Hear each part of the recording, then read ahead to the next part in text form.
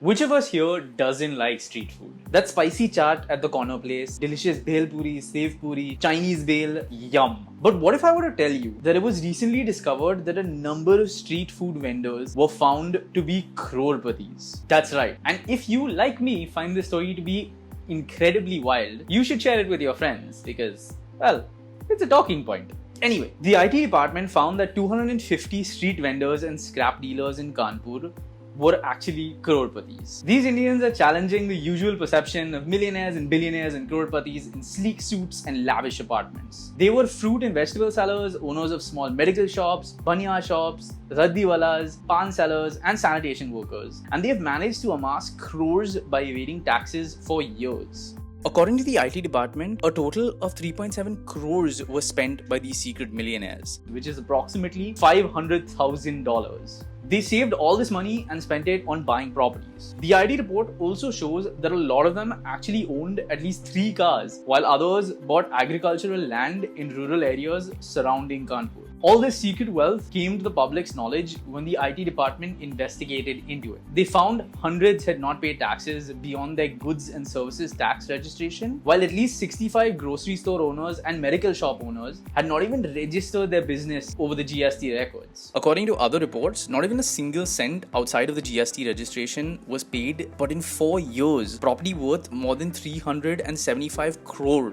was purchased. Certain reports state 2 scrap dealers bought 3 properties worth more than rupees 10 crore in 2 years. The owners of 2 pan shops in Aryanagar, 1 in Swarup Nagar, and 2 others have bought properties worth 5 crore during the COVID pandemic. So they saved all this cash and invested it under the names of various family members and friends. Others used cooperative banks and small financial schemes to hide all their money. It snowballed even further when someone used details of their own PAN card, which made the IT department start an investigation into one of these street vendors, and they soon expanded into hundreds of them. The IT department has been on the prowl for a while against these vendors. In 2006, a dozen street food sellers in Kanpur were caught with an undeclared income of 60 crores, which is $8 million, while several street food vendors were similarly caught in Hyderabad. While these raids have proved that there are some street vendors who are actually secret crorepatis, it's far from the norm. It's not really a job that people choose to do, they do it out of necessity. It's 14 hours or so in the sun, facing class bias, harassment from local authorities and residents, and eviction threats. Often they have to bribe the cops just to keep their business open.